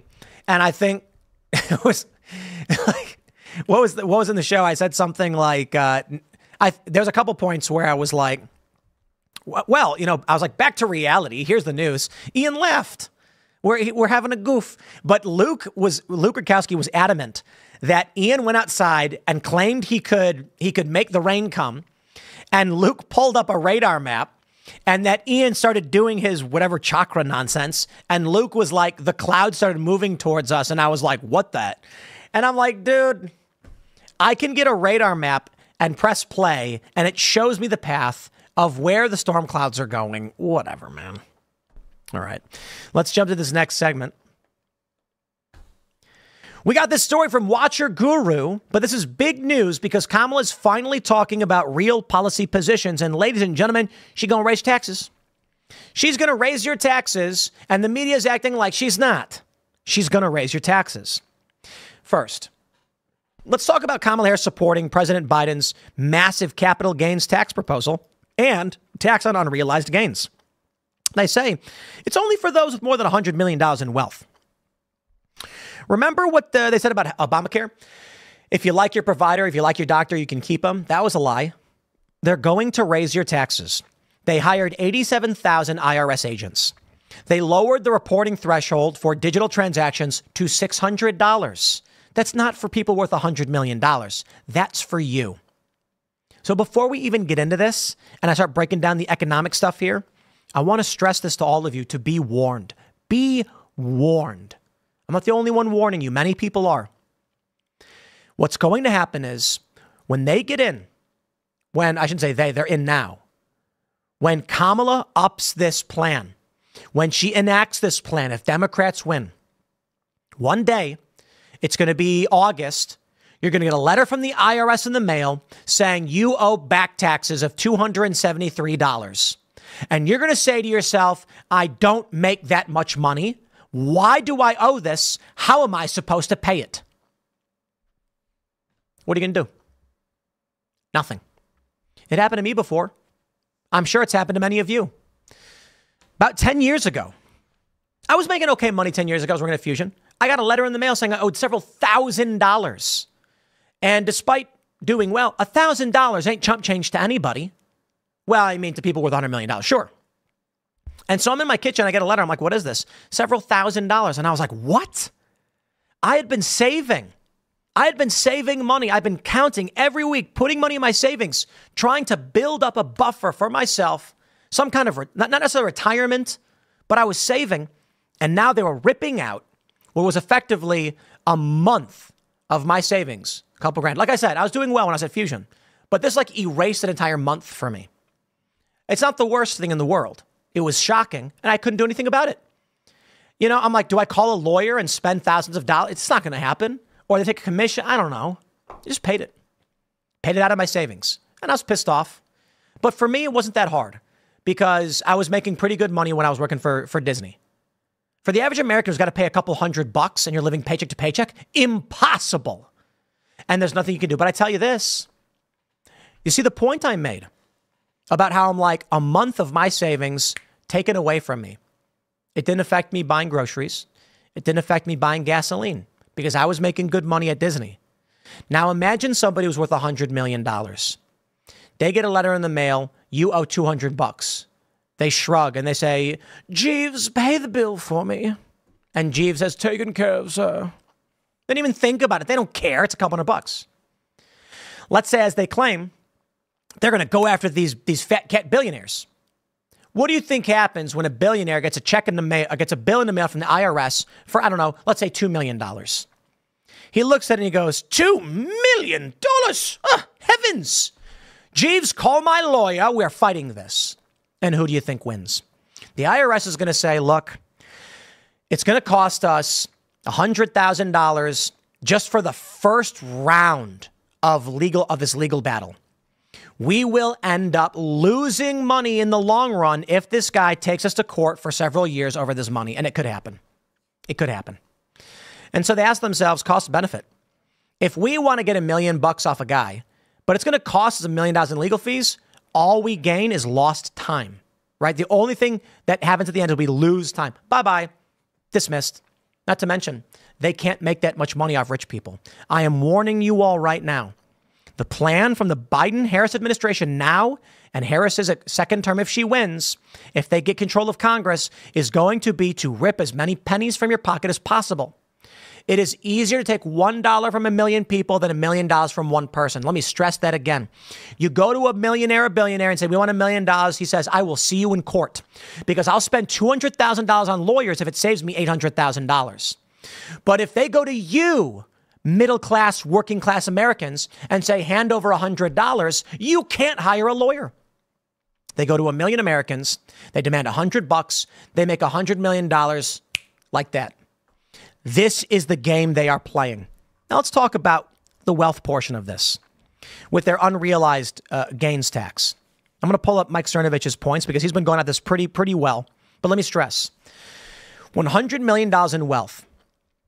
They say high net worth individuals. It starts there, but you know it's going to extend. It's going to expand. Combined with inflation, we're looking at a long-term plan from Democrats where in maybe 40 or 50 years, the threshold will be 20 million, but that's going to be upper class. Imagine this. Let's say today you make $100,000 a year. What if you went to the 70s and told everybody you made $100,000 a year? 6 figures. That was big back then. Probably equivalent of $500,000 to $800,000 a year by today's dollars. Actually, let's pull this up. Inflation calculator. Let's do a salary. Let's see if I can pull up a salary calculator for inflation. See, inflation calculator, U.S. inflation by year. Perfect.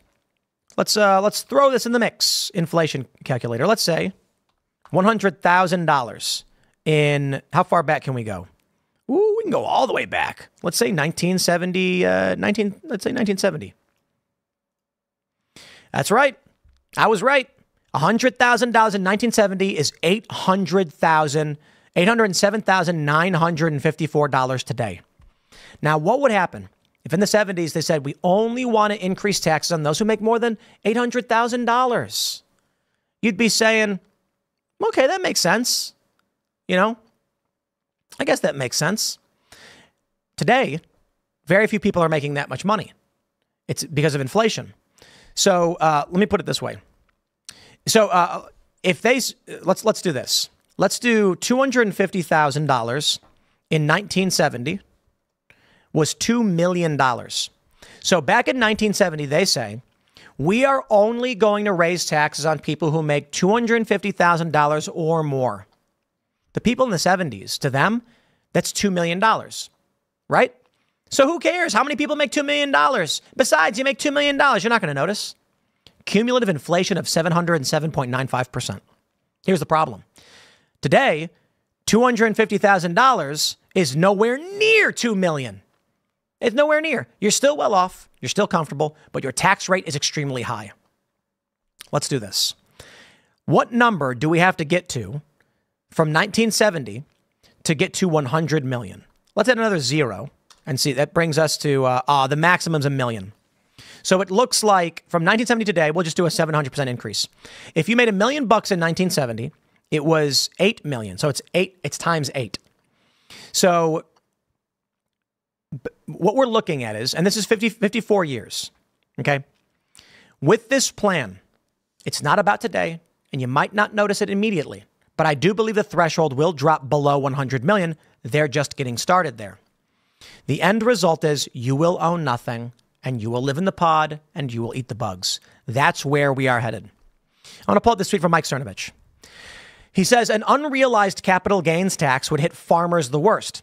They would be forced to sell to Bill Gates and Waltz's Chinese friends. Remember how the Bolsheviks targeted Ukrainian farmers, leaders, to millions dying in the Holodomor? That is the end game of Harris Waltz genocide.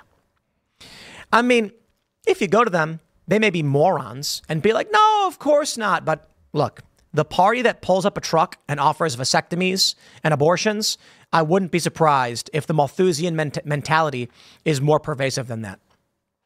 So here's what I think happens. I think right now, actually, let's do this. Let's find that number. Let's go back. Let's say 2024, we got 50 years. Let's make it 75 years. $1 million in 1950 is 13 million today. That means we'll move forward a little bit so we can find the correct ratio. 1954. Let's go to 55. No, let's try 57. Oh wow. Let's go to 60. Let's see what 60 is all about. Oh, look, is there a jump? Oh, wait, there it is. 1960. Okay. $1 million in 1960 is $10 million in 2024. So we're talking about, what are we looking at? 66 years. 66 years from today. Let's play that game. You're someone whose net worth is $10 million. You're a wealthy person today. They're talking about, within 60 years' time, you now, because you're, and assuming inflation is the same rate, it's not, but they're saying in 60 years, anybody who has the equivalent of $10 million will be facing unrealized gains tax. All that means is you will never get more wealthy than this. Why? You buy a house. The house is worth $1 million. A year later, due to inflation and mismanagement and mass spending, it's now worth 1.5. They say, hey, you've got an unrealized gain of $500,000. You've got to pay us 25% of that $500,000. So now it's $62,500. You're like, I don't have that money. Well, then you got to sell. So you sell, you take a loss, and we're not talking about primary residence. And then you pay those taxes, and you're like, okay, well, at least I made this $400,000, right? Wrong. All of the comparable properties still cost 1.5. And with fees, you're not going to be able to buy that property again. What this tax does is set an upper limit. You will never make more than this. The plan there is, for many people right now doesn't matter, but in about 60 to 70 years, the upper limit becomes 10 million equivalent. They say it's 100 million today, but in 60 or so years, it'll be 10 million, and then do another 60 years. So we're looking at 100 years. The most you will ever be allowed to own is $1 million. Now hold on there a minute. A lot of people are saying, I wish I was worth $1 million, but now we're getting into crazy territory. Why? There are a lot of people who own $1 million properties, but are not liquid in $1 million. You could call them millionaires, I guess. Somebody who inherited a property. So out here in West Virginia, in fact, we bought property from a family that had a large plot of land in their family for a really long time, and it became worth a lot of money. And they were like, we're broke. We can sell this, and then we've got money.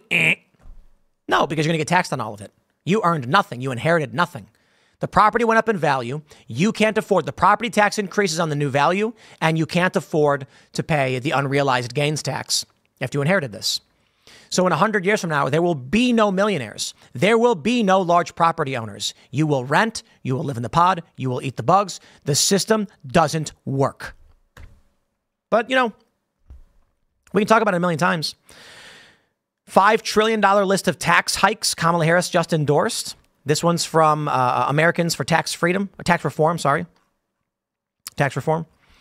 Small business tax rate hike to 39.6. Yeah. The highest top marginal rate. Corporate tax rate higher than the EU and communist China. Capital gains and dividends tax, unconstitutional wealth tax, a second death tax by taking away stepped up basis when parents die. Global tax cartel with a 21% minimum tax rate. Oh, that's right.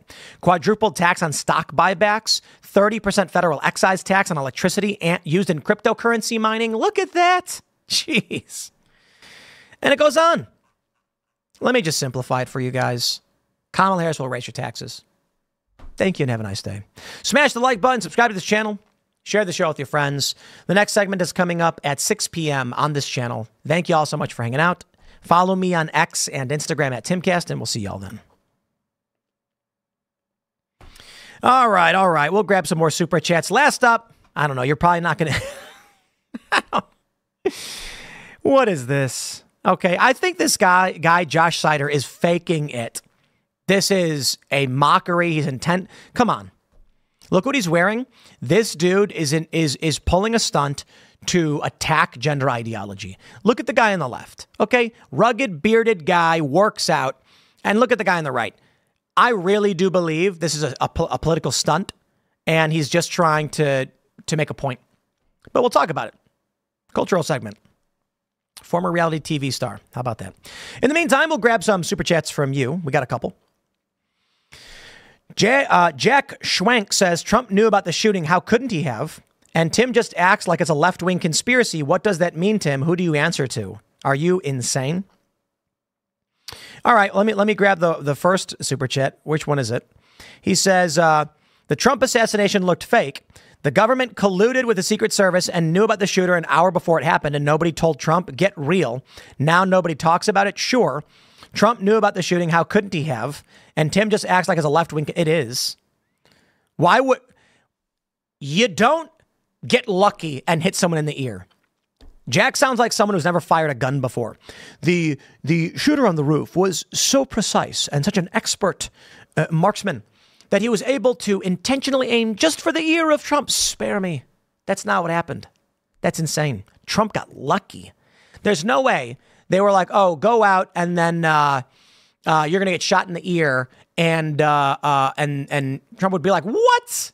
No, I'm not. That's nuts. Yeah, no, don't worry. And what's the conspiracy then? No one actually shot at him and he had a gel pack in his hat? Oh, come on. That's nuts. Okay. 3 people got hit. 1 guy dies. Bullets were fired. We know people who were there. We interviewed some of them. I think they, in an official capacity, someone wanted Trump to lose his life. All right, we'll grab a couple more. Looks like we only got a couple more anyway. Bada bing, bada bang. Says, Dems aren't rich enough. They want more of your money, pure and simple. Sure, I guess. Adam says it's a big scam. Perhaps. Yeah. Clank, clank, I'm a tank says, Democrats hate it when you remind Gaza protesters she supports the bombing and is married to a Jewish man. They certainly do. They certainly do. All right, what do we have? Victor Volkov says, hey, Tim, greetings from North Dakota. Can you confirm that Kamala dropped out of the debate with Trump? I've heard that. Not the September 10th one. I believe the September 10th debate is happening, but I've heard that she dropped out of the other debates. So we will see. All right, ladies and gentlemen. I don't know what All right. So this guy's back in the news. His name is Josh Seiter, and he claims to be trans. He's a 38-year-old reality TV star. I think it's fake. Here we go again. This guy's back in the news. He's making more videos. Everybody's called him out. I think it's fake. Look, I think this guy is intentionally insulting the left, and there's nothing they can do about it. It's a brilliant political strategy. So I am going to operate under the assumption that Josh is engaging in a political campaign designed to insult and belittle the left and expose the crackpottery of gender ideology. Here's the report they say, and I love this because Daily Mail uses the preferred pronouns. Bachelorette star Josh Seiter, who now identifies as a woman, demands the franchise cast a transgender lead and says viewers are sick of seeing cis white people on TV.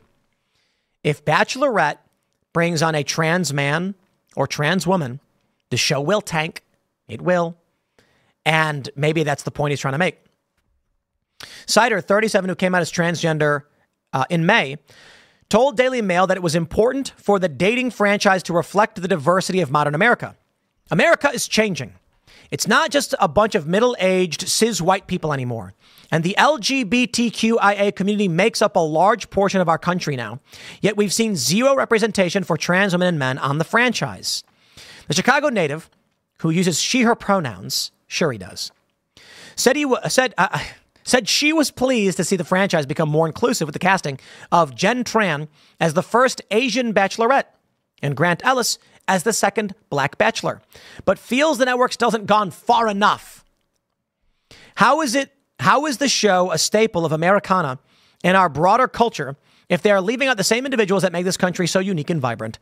I mean, it's good they just had to finally cast an Asian woman and black men as leads recently, but where are the trans women and trans men on the show? Seiter asked. Indeed. And for that matter, what about the differently able, both physically and mentally? That's right. I believe we need a physically, mentally, differently abled black person who is trans to truly represent what makes this country so unique and vibrant. That should be what The Bachelorette focuses on. So here's the guy used to look like. Seiter briefly appeared on Caitlin Bestow's season of The Bachelorette in 2015, and he's fit, he works out, he rips his shirt off, all the women are cheering for him. And he says there's so many young trans individuals who don't see any representation when they turn on the television, and I think it's a shame.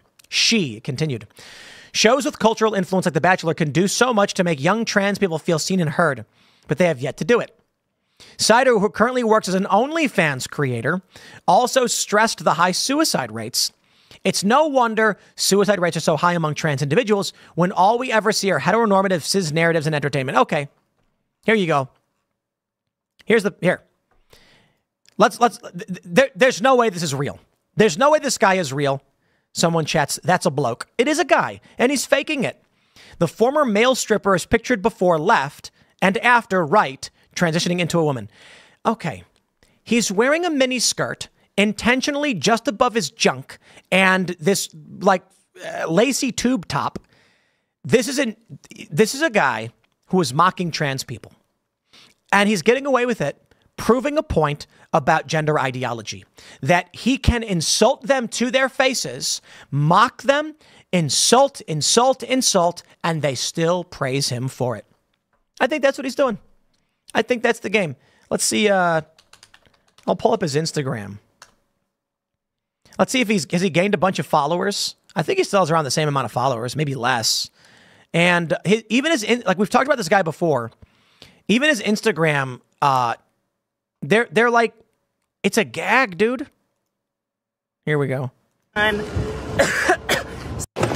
everyone. That's the video. Jeez.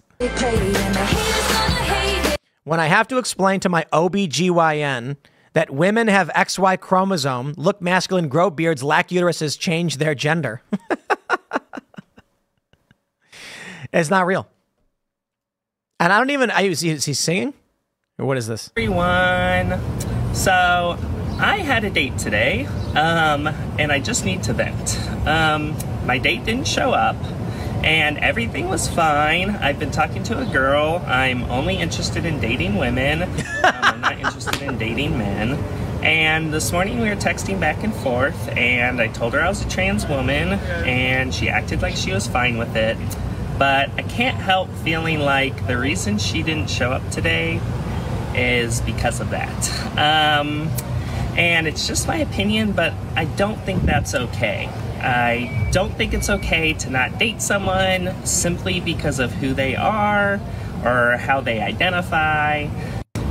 Hey everyone. Come on, dude. Come on, dude. I don't know what else to say, right?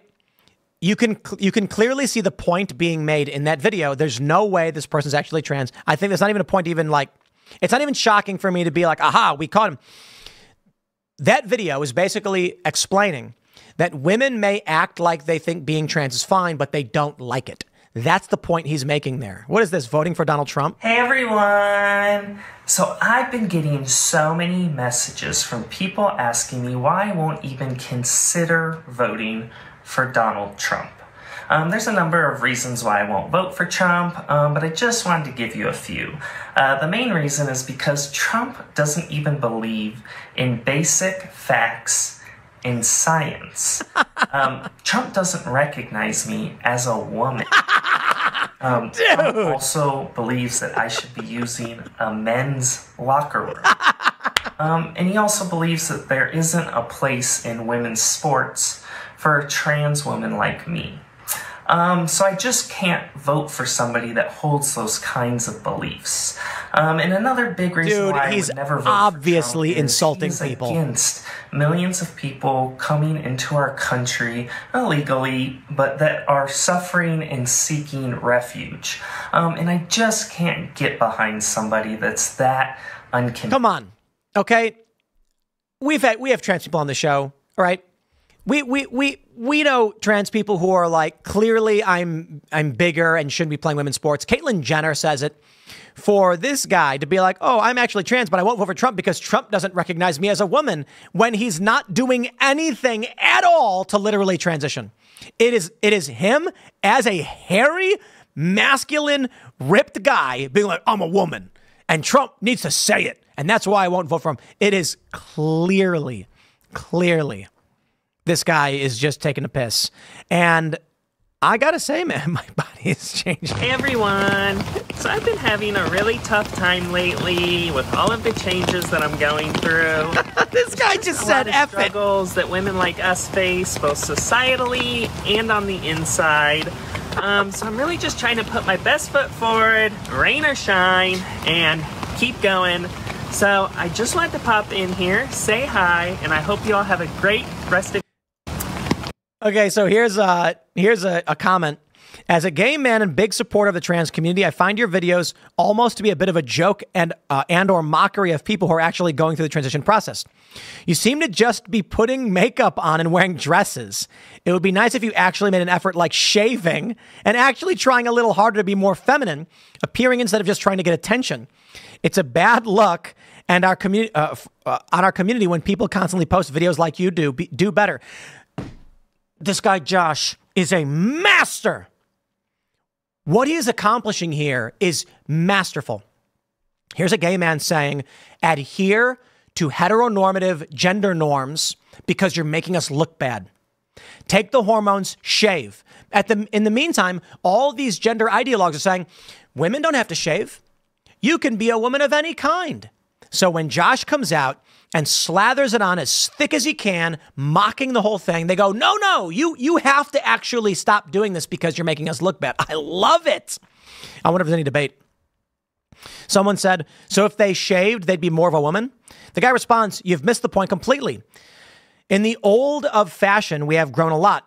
Men who identify as men, including myself, have changed what we once called women's clothing. Fashion is a way to express yourself. If you are a man and you want to wear a dress, wear it, whether you're gay or straight. So that being said, if you actually want to really be a woman, you need to make an effort to actually appear as one. You do? This guy, Josh, is doing some of the most powerful activism in his satire. Look at this. So something I've noticed lately is guys look at me like I'm a piece of meat. It's like, up here, guys, up here. So I've just noticed that whenever I'm out in public, people are always staring at me. No question. Guys, it's a bit, and he's going hard. The tagline on this video is, everyone's always staring at me in public. So something I've noticed lately is guys look at me like I'm a piece of meat. And it's like, he can't stop himself from guys, up here. So I just noticed that whenever I'm out in public, people are always staring at me and kind of giving me these looks. So I feel like I'm seeing more of like an object now instead of a person.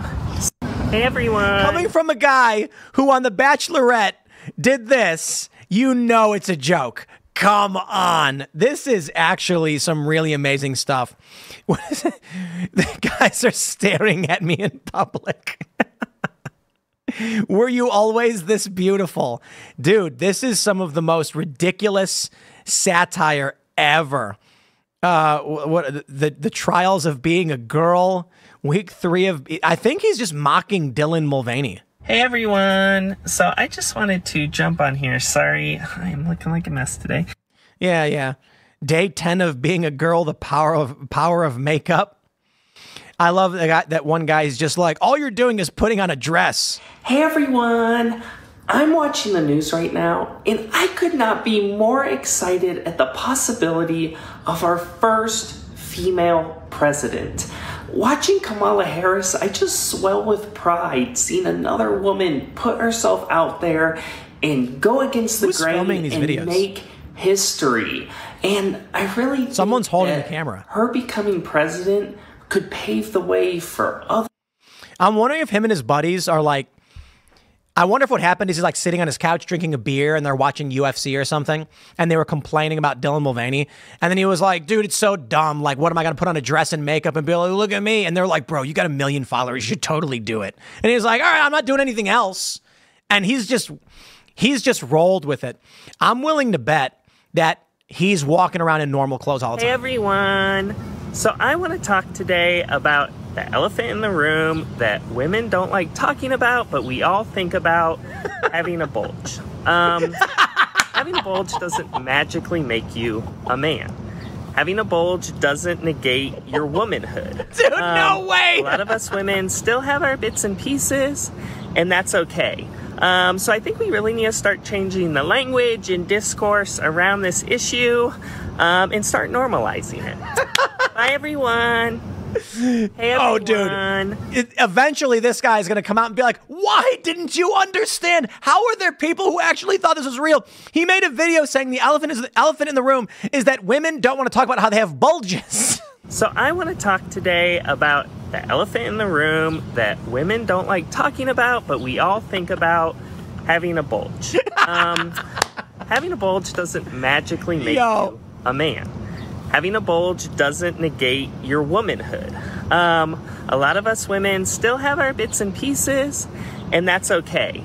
So I think we really need to start changing the language and discourse around this issue and start normalizing it. Bye, everyone. Yo, we might have to change Alex Stein's primetime grind to Josh Seider's 2 times caffeine troll, whatever. Like, Alex, you got nothing on this guy. You got nothing. This guy is dedicated to his art, okay? There is no reality in which this guy is serious, okay? You don't make a video where you're like, women are self-conscious about their bulges. No, no way. It's clearly poking fun at a bunch of issues that pop up. There's the one video he's got where he's like, the man wouldn't pay for my meal. He's saying like a woman wouldn't go to explaining to my OBGYN. Come on. Okay. Well, that was a bit long. Dude, this guy is making videos.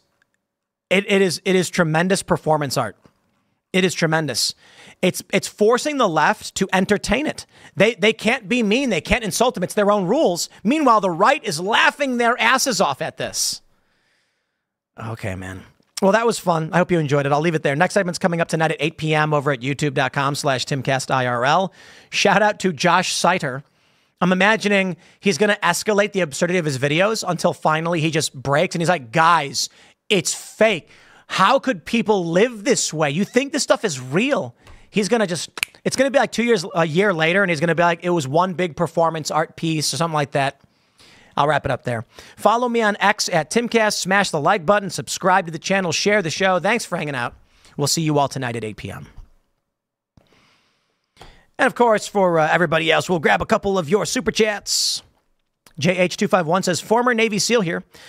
Accounting for the, minute of angle on the weapon, it is impossible to deliberately hit Trump in the ear while he's moving, or even if he was completely still from that distance.